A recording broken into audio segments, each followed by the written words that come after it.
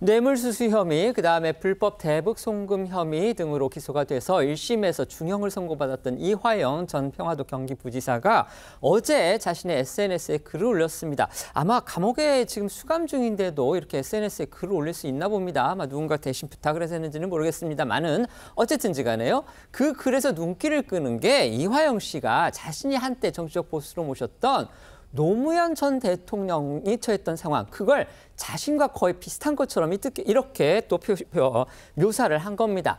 앞서서 이런 얘기도 나왔었죠. 민주당의 정진욱 의원이 이재명 당시의 당대표죠. 이재명 대표가 처한 또 상황을 김대중 전 대통령이 당했던 정치적 탄압, 이것과 거의 동일시하는 그런 발언을 한 적도 있습니다.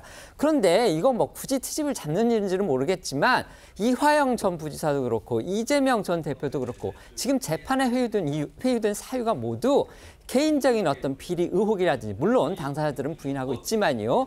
그런 혐의에 따라서 지금 기소가 돼서 재판을 받고 있는데, 지금 이화영 전 부지사는 노무현 전 대통령, 그다음에 정진욱 의원에 따르면 이재명 전 대표는 김대중 전 대통령하고 같은 상황에 처해 있는 것처럼 이렇게 지금 발언들이 민주당에서 나오고 있는 겁니다. 어떻게 보십니까? 그러니까 과거 김대중 대통령 같은 경우는 인동초라는 별명이 있는 것처럼 과거 군사 독재 정부로부터 많은 탄압을 받고 목숨을 잃을 뻔하지도 않았겠습니까? 반면에 이제 현대 사회에 와서 이재명 후보 같은 대표 같은 경우는 어쨌든 계속되는 검찰의 수사에 이어서 계속해서 수사가 되고 기소가 되고 재판이 늘어나고 있고, 또 최근에도 대선 캠프까지 수사가 확장되고 있는 걸 보면 어쨌든 야당을 탄압하고 있다라고 야권의 지지자들은 그렇게 충분히 생각할 수 있는 상황인 것 같습니다. 다만 이제 이화영 전 부지사 같은 경우는 어쨌든 이재명 전 대표와 관련해서 어떤 검찰이 탄압을 하고 있는 그런 성향도 분명히 있어 보이지만, 그럼에도 불구하고 본인의 개인적인 뇌물과 비리 혐의가 있기 때문에 이 부분을 노무현 대통령까지 비교하는 것은 조금 과도하지 않나, 그런 생각해 봅니다. 네. 참 부끄러움과 연치가 없다라고 생각이 듭니다. 언제 이재명 대표가 가택연금이 됐습니까? 민주화 시위를 하다가 지금 탄압을 받았습니까?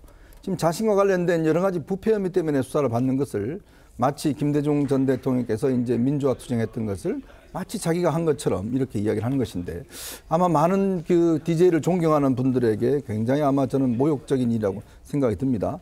그리고 이화영 전 부지사 같은 경우도 지금 일단 여러 가지 지금 의혹들을 제기하고 있지만 그 하나도 증명된 바가 없어요. 본인 스스로가 술을 마셨다고 이야기를 했다가 나중에는 전혀 그냥 입에도 안 댔다라고 이야기를 했지 않습니까? 그러나 놓고 이제 와서는 이제 뭐 이 계좌번호를 개설하고 하는 것은 결국은 지금 현재 이화영 전 부지사가 이제 집이 추징금 추징으로 인해서 지금 일단 이 전세 집이 일단 차압이 돼 있는 상황입니다.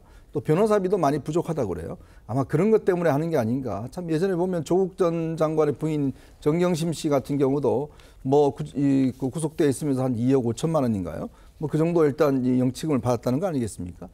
이게 뭐 그래서 일각에서는 무슨 비즈니스 아니냐 뭐 이런 이야기도 나오고 있는데, 마치 자신을 정말 민주화를 위해서, 대의를 위해서 어떤 면에서 보면 했던 그런 분들과 어떤 이 일치시키면서 결국 지지자들의 어떤 이 동조를 얻어내려고 하는 뭐 그런 행동이 아닌가 싶은데 좀 부끄러움을 알아야 될 것 같습니다. 네.